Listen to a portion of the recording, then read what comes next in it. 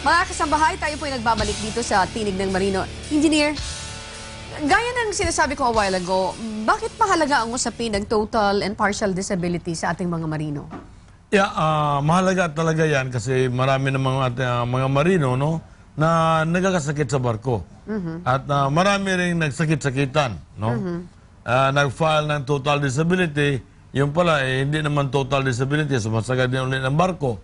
At ganoon din yung mga nakakuha ng partial disability kasi may mga records tayo dyan na kumuha sila, no? Nagkakuha ng benepisyo mula sa kanilang kumpanya, ngunit sumasakay pa rin ng barko. Yun ang problema dyan. Okay. At this point, gusto natin bigyan ng linaw ito, mga kasambahay. Kaya a little later, tayo po ay sasamahan ng isang abogado. Abogado na may alam sa pagtalakay ng mga usapin na may kinalaman sa labor. Sa usapin ng paggawa. Sa usapin ng mga batas na may kinalaman sa paggawa. Especially, siya is a maritime lawyer talaga and ito yung practice niya. Ayun. Mga maritime labor disputes. Oh, let's But clarify this. You have to consider also, Anne, that I'm a maritime labor arbitrator. Okay. Mga kasambahay, liliwanagin natin ito, engineer. Kasi yung palang a mere labor arbiter, hindi mo masasabi na lahat yan ay alam niya yung mga usapin ng mga benepisyo na naaakma naman doon sa mga marino. Kaya mayroon tayong tinatawag na maritime lawyer, right? Merong maritime lawyer. Of course, yung maritime lawyer, they have to defend their client, no? Maaring yung client niya ay yung maring agency at maaring yung isa naman, ang client naman niya, yung marino. Okay. Mga kasambahay, sa pagkakataong ito, engineer, tatanungin natin because we have Attorney Dennis Gorecho ng Sapalo Bundang Bulilan Law Office. Dahil mayroon tayo isang tinalakay na usapin dito. Ito yung tungkol doon sa makailang beses nakatanggap ng Partial disability. Okay. Partial disability and then later on it's total disability. First and foremost, attorney, ano ba yung tinatawag na total disability at ano ang tinatawag na partial disability? Mayroon tayong, kailangan kasi natin tingnan yung konsepto na yan under the pretext ng pinag-uusapan ng contractual obligations. Kapag ang isang seafarer at ang isang manning agent pumirma sa loob ng isang kontrata, meron tayong tinatawag sa mga disability benefits. Ano bang sinasabi ng kanilang kontrata sa disability benefits na to? Basically, dalawang major requirement ang hinahanap ng kanilang kontrata para maka-avail sila ng benefits under the contract, yung mga disability benefits na yan. Yung isa, the illness or injury should occur during the effectivity of the contract, and second, it is work-connected. Kapag yung dalawang requirements na to ay na-comply ng ating mga marino, kunyari may nangyari sa kalaw, nagkasakit at na-comply yan, then that's the time na magti-take effect yung provisions of the contract with respect to how their disability will be seen or how it will be graded. Kasi under the contract, meron tayong tinatawag na grading system. Yung grading system na to, merong sinasabi dyan na the disability or the illness, the injury will be given a certification by the company designated physician initially if it is total permanent disability or partial disability lang. Ano sinasabi dyan? Kapag si seafarer ay binigyan ng total permanent disability, grade 1 ang binibigay ng ating ng company doctor dyan. Anything below grade 1, meaning from grade 2 hanggang 14, partial disability ang benefits ang binibigay sa kanila dyan. Under the total permanent disability concept ng kontrata na to, si seafarer ay pwedeng makakuha ng $60,000 kung siya ay maghahabol under the POA Standard Employment Contract. Pero kung siya ay member ng isang union at ang gagamitin niya ay tinatawag natin collective bargaining agreement, the benefits that can be given to the seafarer can be higher. Depende kung ano yung position niya. Kung officer yan or rating, may disparity yan. Kung injury yan or illness lang, may disparity din sila. So it depends on the grading system na makukuha ng isang seafarer. Basically, initially, it will be given by the company designated physician. Kaya nga meron sinasabi dito sa contract kasi nila na kailangan si seafarer ay magpakita within 3 working days sa kumpanya. Ano yung term na yun? Ito yung tatawag na reportorial requirement. Kailangan magpakita si seafarer pagbaba from the barko kasi ang gagawin ng company dyan is i-refer siya sa company designated physician para magkaroon siya ng tatawag natin yung ma-avail yung mga benefits under the contract. Basically, 3 kasi yun eh. Yung isa, yung tinatawag nating yung gamutan proper. Ito yung gagamutin siya, yung surgery, hospitalization, rehabilitation, consultation, yung mga therapy, yan. Yan yung first, ito yung tinatawag nating medical expense. Second, ito yung tinatawag nating yung sickness allowance nila, equivalent to their basic salary, which ang maximum ay 120 days. Ito yung 120-day period. And lastly, ito yung disability grading, disability benefits yung from grade 1 to grade 14. Basically, doon tumatakbo yung concept ng total permanent disability and partial disability based on the grading system. Okay. So, Attorney Dennis, dito si Engineer Nelson. Napakahalagang mapag-usapan natin ito, Engineer Nelson, dahil I don't have any idea. Tungkol dito sa bagay Tungkol na dito to, sa no? Kung hindi ka usaping ito. talaga, May sanay, grading system may pala grading dito. system. Sige, Engineer, go ahead. Yung grading system, halimbawa na sinasabi ni Dennis, halimbawa ikaw injury, no? You were injured while you were working on board the ship at naputol itong isang daliri mo. Depende hanggang saan yung naputol. Kaya iba-iba yung grade. Halimbawa, naputol naman din hanggang dito yung kamay mo, iba din ang grade noon. Sa madaling salita, ang pagbibigay ng total or partial and total disability ay depende doon sa grading system. The grading system. May grading system. Ngunit, ganito rin yan, although sinasabi nila, kung naputol hanggang dito, iba yung grading noon, but then the lawyer of the client can contest that in court, dito nga lang.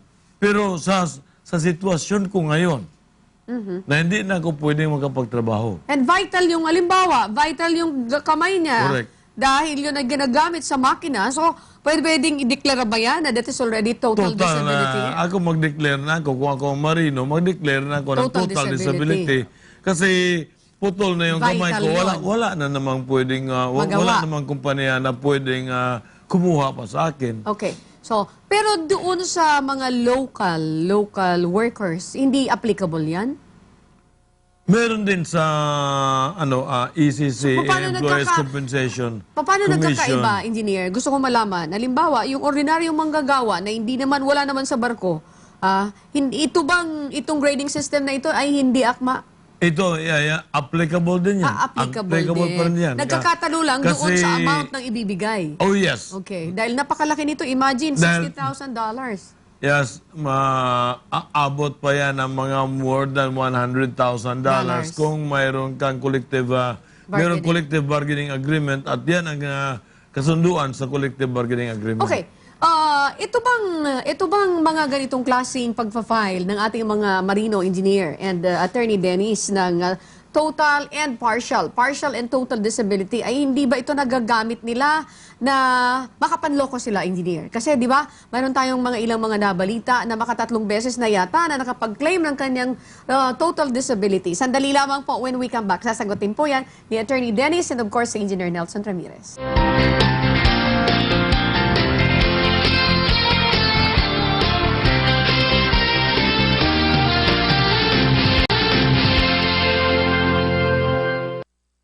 Okay, muling nagbabalik tayo dito sa usapin po mga kasambahay ng total and partial disability. Gaano ba ito kahalaga sa mga marino? Kasama pa rin natin si Attorney Dennis Gorecho ng Sapalo Bundang Bulila Law Office and at the same time ang ating co-host na si Engineer Nelson Ramirez who happened to be a maritime arbiter. Labor arbitrator. Labor arbitrator. So maalam kayo sa batas ng mga marino. Okay. Engineer, babalikan ko kayo, dalawa, ni Attorney Dennis. Yung bang mga marino na nag-a-apply ng total disability, kasi mayroon tayong nabalitaan na makailang beses na, 3 beses siya nag-apply at lumusot tatlong beses nakakuha ng total disability. Partial yun, isa. Partial, and then yung isa ay Ay, total disability. total disability. Yung pangatlo, Marami pang mga kasong ganyan. ayan, na okay. alam. Now, hindi ba ito nagagamit ng isang marino para sa kalokohan? Engineer Nelson, unahin kita bago kay Attorney Dennis. Yeah, meron nga mga kasong ganyan. No? Katulad nito, nilabas natin ito sa tinig ng marino, no? May-June 2006 issue. Ito ay tungkol sa isang chief cook na 3 beses na nagakuha ng loss of hearing sa kanyang left ear, sa kanyang kaliwang tenga. Isa lang naman ang left ear ng isang tao pero yung kanyang left ear 3 beses na siya nakakuha ng pera. At gagawa pa sana ng pang-4, doon na siya nahuli. Okay.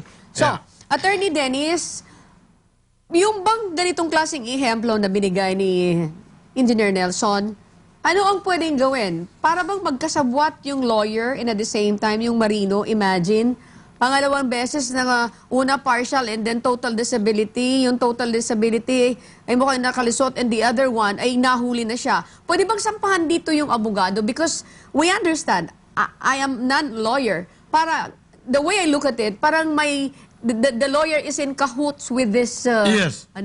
Kasi ang ginagawa nito, no, nasa on-board na siya. Noong pang-4 na sana, no, yung pala nakatanggap na siya ng message sa kanyang lawyer. Ito na, panalo na tayo. Panalo na tayo, magkakapera ka na naman. Doon sa final nila na loss of hearing of his left ear. Biruin mo, doon mismo sa barkong yun, nawala na naman siya ng hearing. So let's hear Attorney Dennis' opinion. Attorney Dennis? We have to take, kasi merong pag pumipirma kasi ng pleading sa mga ating mga seafarers, sa mga pinafile sa kaso, meron tayo tawag niya na verification for certification of non-forum shopping. Meaning, kapag pumirma yan, ibig sabihin, hindi sila umahanap ng mga legal forum kung saan makakakuha sila ng panibag, ng mas magandang desisyon. Ang nangyayari kasi, madalas, minsan nagpa-file sila kung saan-saan para makakuha ng better position. For example, yan, meron silang nag-file sa isang case, tapos bilang nag-file ng panibago, same cause of action dyan, pwedeng ma-dismiss yan. Pero, pagdating kasi sa mga filing ng mga cases sa mga seafarers natin, ang tinitingnan kasi dyan, is it the cause of action, did it arise from the same fact? Ang mangyayari kasi dyan, ang liability kasi ng every manning agency is contingent on the existence of the contract. So per contract, iba ang liability ng mga ng manning agency ng employer towards the seafarer, and iba rin ang relationship ng seafarer towards the manning agency every time sumasakay yan. So kapag every time may nangyari sa loob ng barko na yan, magkakaiba ang cause of action noon. Usually kasi ang nangyayari dyan, feeling ko kasi ito baka mamaya, dahil partial lang yan, sumasakay siya kapag may nakukuha na siya. And every time may nangyari sa tenga niya, nagpa-file siya pagbaba niya. And syempre, magtataka din yung manning agency insurance, bakit ka nagpa-file? May nakuha ka na. Kasi nga, ang partial disability is different from total permanent disability. Kapag total permanent ka, yan, bawal ka ng sumakay niyan. Meaning kasi kapag total permanent ka, ibig sabihin, hindi ka na pwedeng gumawa ng ginagawa mo sa seafarer. Okay. Pero kung partial disability ka lang, may time frame lang yan na hindi ka pwede magtrabaho. Okay. Yung sinasabi kasi ni engineer, pinagkakapera, actually pwede mangyari yun eh. Okay. Kasi ang istorya nito, ang kanyang sinampang kaso ay loss of hearing on his left ear. 3 beses na siya kumuha ng pera, nakakuha ng pera. Okay. Sa Baka loss naman- of hearing Okay. for his left ear, isa lang naman ang ating left ear. Okay, devil's advocate ulit ako, Engineer Nelson and Attorney Dennis. Halimbawa, dito sa pangyayaring ito, oo nga, nag-file ako ng partial disability. Nung time na yon ay talagang nawalan ako ng pandinig. And then habang ako'y nasa lupa, ay gumaling. And then nung ako'y mag-undergo ng medical exam, medical tests, na isa sa mga pangunahing requirements para ako'y makasakay, eh nung balik yung aking pandinig, kaya ako'y nakasakay ulit. Posible po bang mangyari yung ganyan, Attorney Dennis? Actually, pwede mangyari yun. Ang point kasi ni engineer kasi, ito yung minsan, ginagamit kasi nila yung kanilang condition to earn. And yun ang ayaw mangyari kasi ng ng ating legal system. Kaya mayroon tinatawag dyan na kung talagang hindi ka na pwedeng sumakay doon sa loss of hearing mo, ipapadeclare na kitang total permanent. Ang nangyayari lang kasi doon sa iba, tulad ng sinasabi ni engineer, pinagkakakitaan nila yung kanilang medical condition.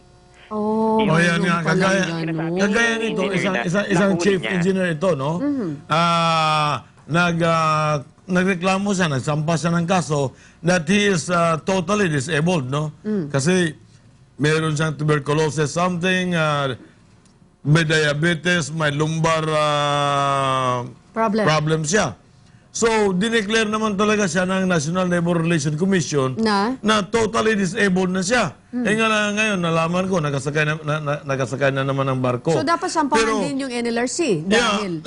Dito sa Section 20 ng POA contract, sinasabi dito na a seafarer who knowingly conceals and does not disclose past medical condition, disability, and history in the pre-employment medical examination constitutes fraudulent misrepresentation and shall disqualify him from any compensation and benefits. Okay, pero teka muna, kung sinasite ng NLRC yung puntong yon, engineer, ibig sabihin may problema rin yung NLRC. Ibig sabihin hindi nila masyadong na-scrutinize yung mga papeles nito. I don't know if you share the same views, Attorney Dennis.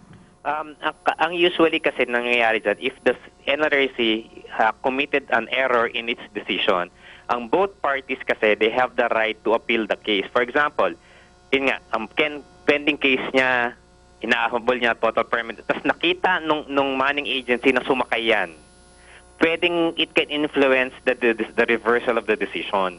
Kasi nga, bakit ka maghahabol ng total permanent disability when in fact sumakay ka ng barko? Ang sinasabi kasi ni Engineer Ramirez kasi, yun nga yung mga situation na hindi mo sinabi na meron kang problema. And total permanent pa yung hinahabol mo. Pero wait. Sasakay? Kung may problema ka physically, medically, total permanent ka, bakit ka nakasakay? Wait, question, Attorney Dennis. Na yun, eh. Attorney, so question. You have to be truthful. Okay, Attorney, teka muna. Yung manggagawa, granting na sinabi na yung ganon. Pero, question, mayroon tayong ginagawang pag-check sa kanila. Like, for example, mag-undergo ka nga ng medical tests. Mayroon isang medical what do you call that? Yung medical clinic na mag-check kung ikaw ay fit to work, fit to go abroad, fit na sumakay sa barko. Bakit ito nalusutan? Meaning to say, palpak din yung nag-check medical sa'yo. Clinic. Palpak din yung medical clinic. Pwede ba kasama sila sa mga kasuhan? Under the yung migrant law kasi, mayroon tinatawag tayo dyan na kapag finit to work si seafarer, tas within 15 days, bumalik yan, at may problema, pwedeng magkaroon ng liability, ng consequence yung kanilang lisensya. Pero after 15 days kasi silent yung migrant law dyan eh. Usually, ang nagiging contestable kasi dyan, ang sinasabi ng mga respondent or ng mga insurance company na tinago ni seafarer yung kanyang sakit, and it can be a ground for denial of the case. Yun yung sinite ni engineer na provision on the contract and the migrant law na kapag tinago yung medical condition mo, ito yung non-disclosure, it can be a ground for disqualification. And ginagamit yan usually kapag pag tinago mo, for example, mayroon kang high blood, tapos may nangyari sa onboard the vessel na connected dun sa high blood mo, na stroke ka, na heart attack ka, tapos hindi mo sinabi. Pwedeng maging ground niya for denial of clinic. Kaya usually, merong sinasabi dyan, kailangan sabihin mo lahat ng medical condition mo. Okay. Kaya nagiging ano kasi, it's a pre-existing. pre-existing illness na before ka sumakay, nandyan siya, pero hindi mo dinisclose. For example, yun nga, yung mga medical condition mo, high blood, diabetes, tapos tinago mo yan for the sake na makasakay ka, and delikado yun. Kasi nga, kapag may nangyari sa'yo on board the vessel at hindi mo yan ni-reveal, kapag may nangyari on board the vessel yan during the effectivity of the contract, that can be used against you. Okay. Pero naman may magkakataon na ito. This is debatable na Engineer Nelson and Attorney Dennis. I don't know. Kasi kalimbawa, kung dati-rati ako, nagtitake ako ng anong tawag dito? Nagtitake ako ng mga pang-control ng blood. medication. And then, nawala din naman eh. Kapag ikaw ay maingat, then later on, hindi mo naman sasabihin na mayroon ka ng, pag tinanong ka, doon sa trabaho mo, may high blood ka pa ba? Eh, wala na akong high blood kasi naayos na. Anyway, dito naman sa usaping ito, ito may kinalaman kasi, medical kasi ito, Engineer Nelson. Sa usaping legal, tama ba na itago mo na ikaw ay totally disabled na dahil gusto mo pang sumakay ng barko? When we come back, sasagutin po yan ni Attorney Dennis and of course kay Engineer Nelson Ramirez.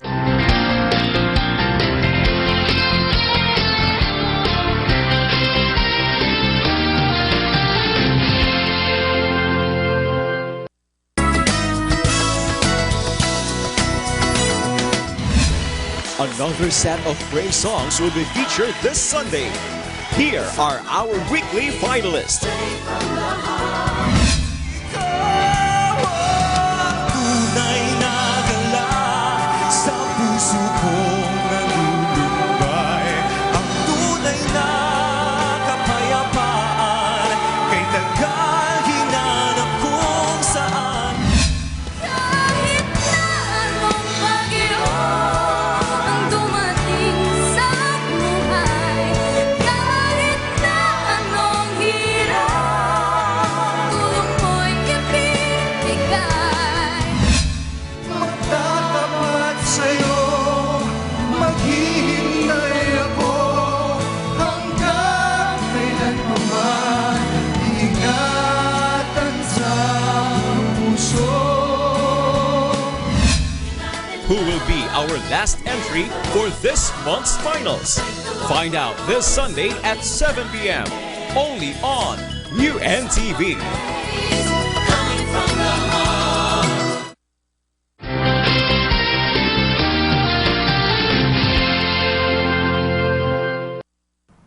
Engineer Nelson, tayo nagbabalik muli. Good evening sa lahat ng ating mga kasambahay. We have Engineer Dennis Goretz, of course, and Engineer Nelson Ramirez. A while ago, I was asking Engineer and Attorney, tama ba na itago mo na ikaw ay totally disabled dahil gusto mong sumakay sa barko? Hindi ka naman makakasakay kung ikaw ay totally disabled na siguro. Yeah, kasi may pipirmahan ka no sa iyong application. Tinatanong yan kung ikaw ba ay may sakit na nagkaroon ka ba ng mga problema sa iyong blood pressure, nagkaroon ka ba So, ng lahat problema na- sa iyong tinatanong yun. Tinatanong You yun. have to answer that. You have to answer that. Oh, yeah, you have to answer that. Dapat hindi ka magdaya doon. Hindi ka talaga Sabihin mo yung magdaya. totoo. Okay. Ngayon, paano ka, ang tanong diyan ay, kagaya na isang chief engineer, dahil total disability ang yung hiningi niya. Siyempre, tanungin ka, ikaw ba may diabetes, meron ka bang problema sa meron ka bang tuberculosis? Pagkatapos sinabi mo, wala. Hindi nangyari yan ganyan. Noong panahon nang ikaw kinuna ng medical examination, And, ay nakalusot din naman kasi siyempre marunong ka rin gumagawa ka rin ng paraan para hindi kagaya ng yung diabetic, no? Inom ka lang ng mga Gamot. ng gamot doon, maaaring hindi na makikita yan tataas sa yung blood sugar mo. sugar, no? So, ibig sabihin, you have to tell the truth. You have to tell the Ayan. truth. Ayan ang dapat. Itong chief cook na to, ang nangyari niyan, hinahanap siya isang umaga. Hindi siya makita. Kaya nung hindi na siya makita, pinuntahan sa kanyang kabina. Nung pinuntahan sa kanyang kabina, kinakatok, hindi niya binubuksan. So kumuha na sila ng master key. Nung nakapasok na sila sa loob ng kabina, nakita nila yung chief cook na nagatulala, no? Tumitingin na lang sa kisame. Tinatanong nila, ano bang nangyari? Bakit nandiyan ka? Kumuha ng papel. Sumulat na hindi na daw siya makarinig.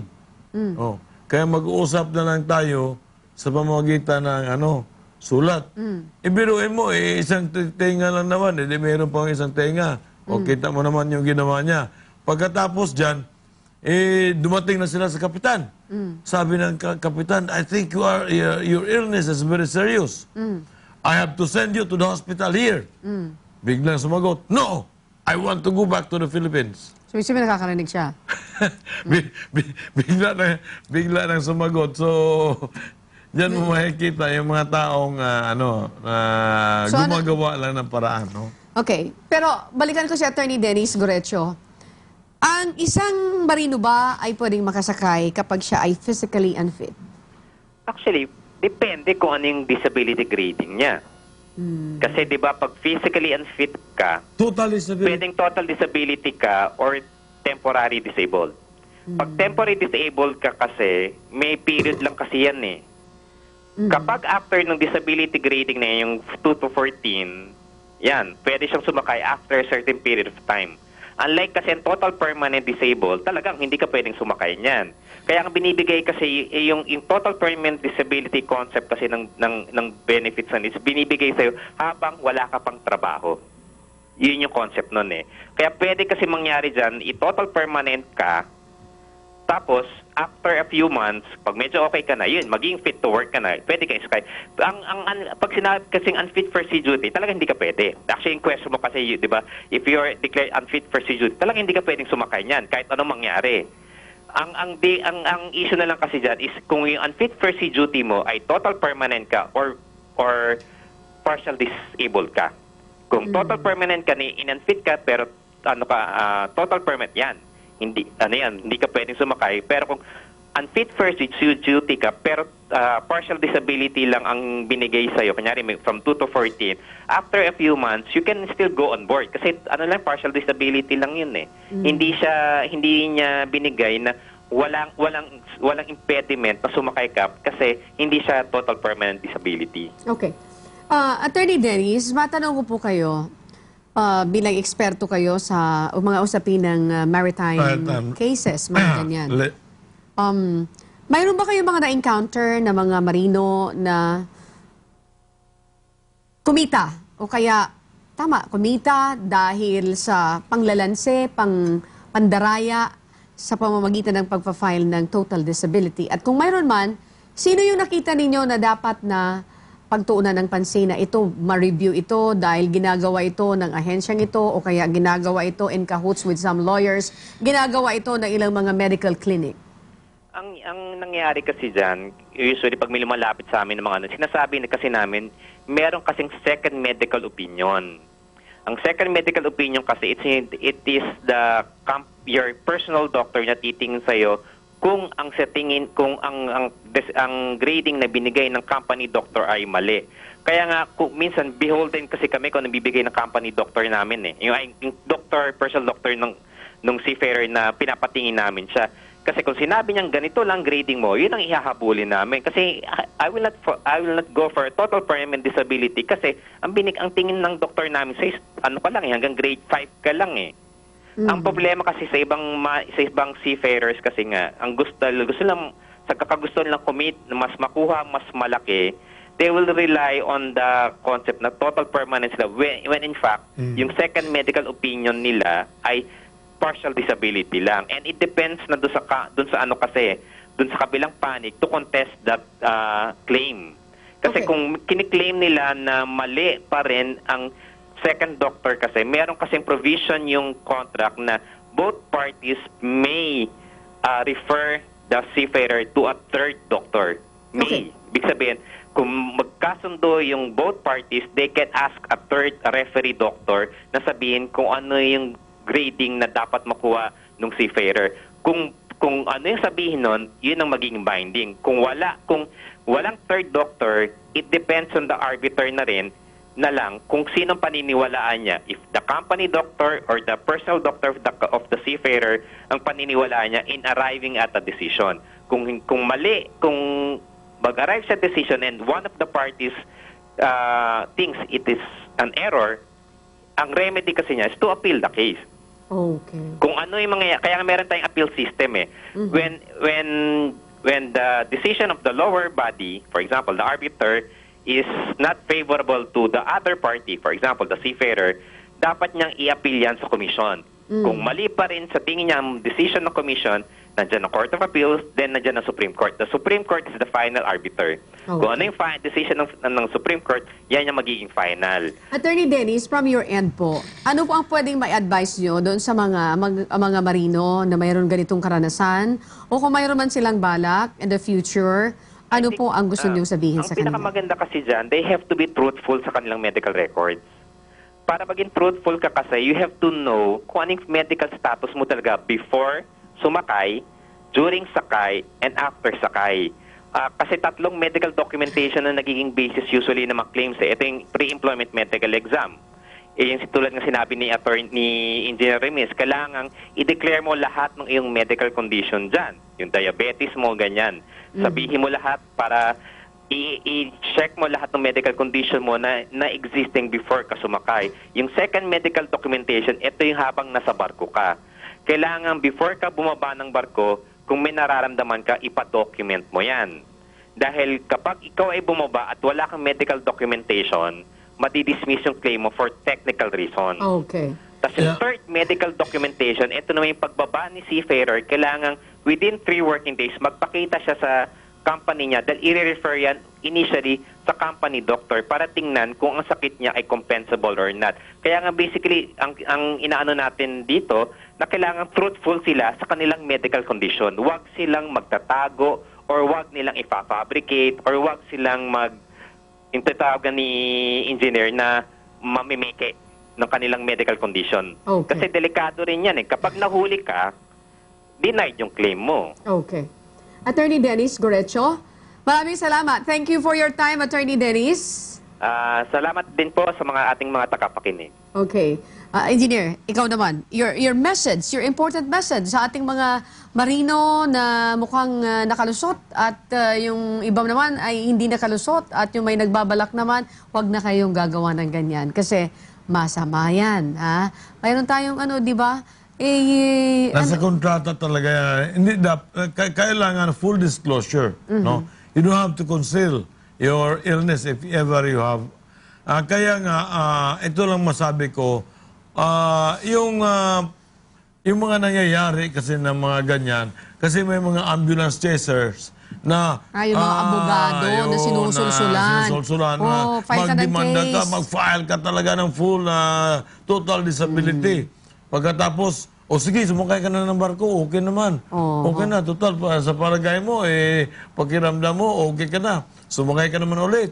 At pagbaba mo, filean na naman natin ang kaso ang kumpanya mo. Masama yung nandadaya, Yun na nga. engineer. Masama Diyan pa lang, pinapayuhan ko kayo, masama talaga ang nanadaya kahit sa anumang bagay. Correct. O hindi lang dito sa usaping ito, kundi sa anumang bagay, ang pandaraya ay hindi talaga mabuti. That is correct. At sinasabi nga na yung tao daw na hindi napagkakatiwalaan sa maliit, hindi rin yan mapagkakatiwalaan sa malaki. At ayun sinasabi natutunan namin yan. Kay Kuya, natutunan namin yan kay Brother Ed. Kung magsinungaling ka, sabi ni Susan Roses, na ang sinungaling ay kapatid ng magnanakaw. O kakambal ng magnanakaw. Kaya huwag kayong magsinungaling. Okay. Alam mo, dun sa ating mga marino, dapat sabihin lang kung anong dapat. Kung nagkasakit at ito lang yung sakit, huwag nang dagdagan pa at huwag maniwala doon sa mga abogado na nag-uudyok na magsampa ng kaso para nang kayo kumita nang wala naman batayan. Doon po nagtatapos mga kasambahay ang ating discussion ngayong hapon dito sa ating Tinig ng Marino.